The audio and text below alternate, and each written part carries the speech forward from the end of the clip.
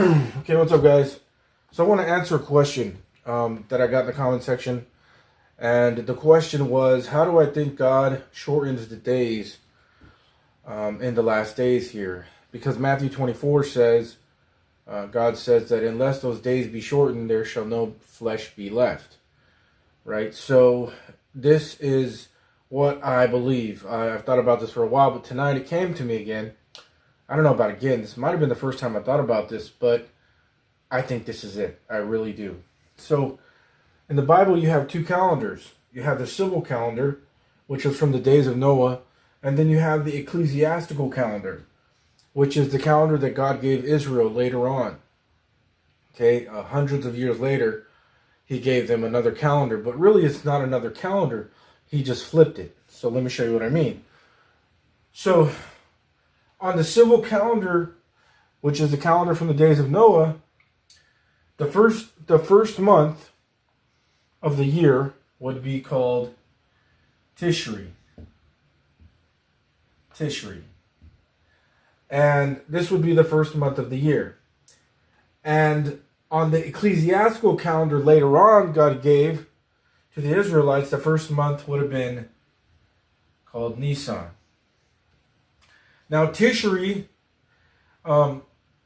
always ends up starting in September or October, depending on the moon cycle. And Nisan always ends up starting in late March or early April or mid-April sometimes, depending on the moon.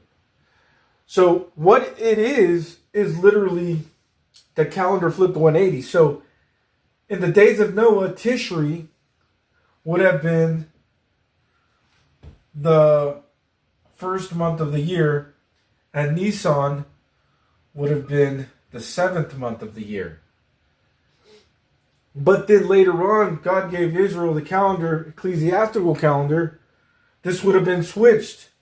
So now, on the calendar that Jesus was brought in on, Tishri, it's just switched.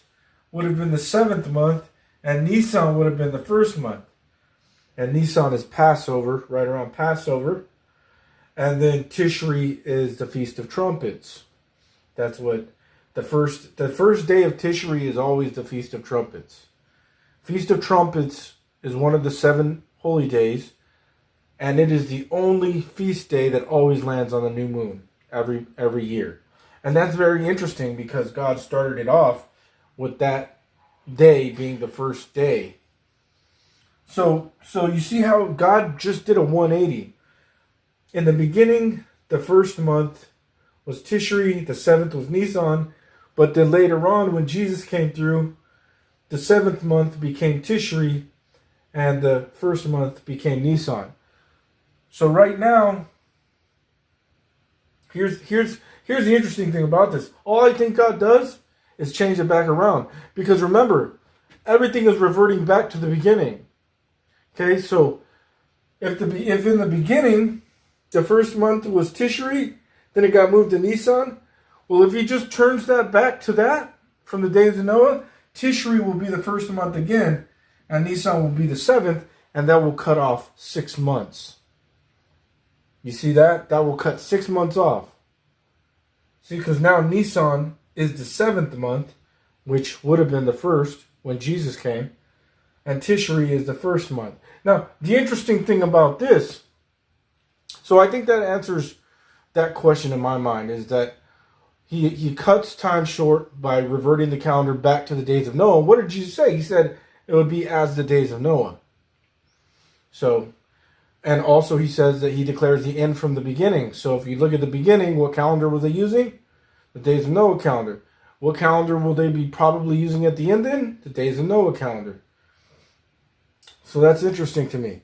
Now the other interesting thing to me is that the next feast day, remember when Jesus, after he resurrected, he told him, the next time I sup with you will be in my Father's house. Well, spiritually, we could take that as, we're the house of God. We're the temple of God, so we're the house of God, kind of. But no, there's also an external meaning to that. So the next time, the next feast day that is going to be fulfilled is the Feast of Trumpets, which is on Tishri. And that's interesting to me. Why everything that God does, he does for a reason. So why did God leave it like that? With this 2,000-year gap and the next feast day that he has to fulfill with us is the Feast of Trumpets. Well, I think he might have done that to show us that the calendar at the end of days now is possibly turning back to the Feast of Trumpets being the first month of the year. Therefore, cutting off 6 months. See, turning the calendar, flipping it back to the civil calendar instead of the ecclesiastical calendar like when he came. And I think that's what God did that for. And I think that's how the days get shortened. You can look these things up.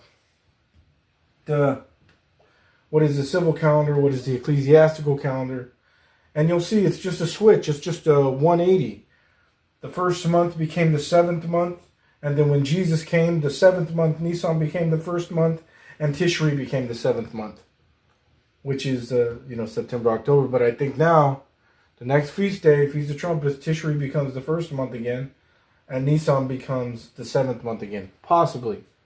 And it's interesting because the modern day Jewish, they did that. They turned back to the days of Noah calendar. And so they made Tishri, Feast of Trumpets, Rosh Hashanah, which means the new year. So they actually already did that technically. So they already flipped back to the days of Noah calendar. So that's interesting to me. Very interesting. And that could very well be how God cuts the day short at the end here. And it would be by about 6 months. Just flipping the calendars back to civil, which is the days of Noah, and off of the ecclesiastical calendar, which was given to Israel before Jesus came, and then Jesus came on that calendar. So that's a possibility. That's what I think. So let's end it with our calculations. 45 times 45 equals 2025. And 20 plus 25 equals 45. Elijah, picture of our rapture, equals 45. Enoch, picture of our rapture, equals 45. And Daniel, who prophesies all about the Antichrist, equals 45, which is all connected with 2025. Psalms 45 is about a royal wedding, commonly considered as a picture of the Messiah and his bride. Genesis 45 is the great deliverance.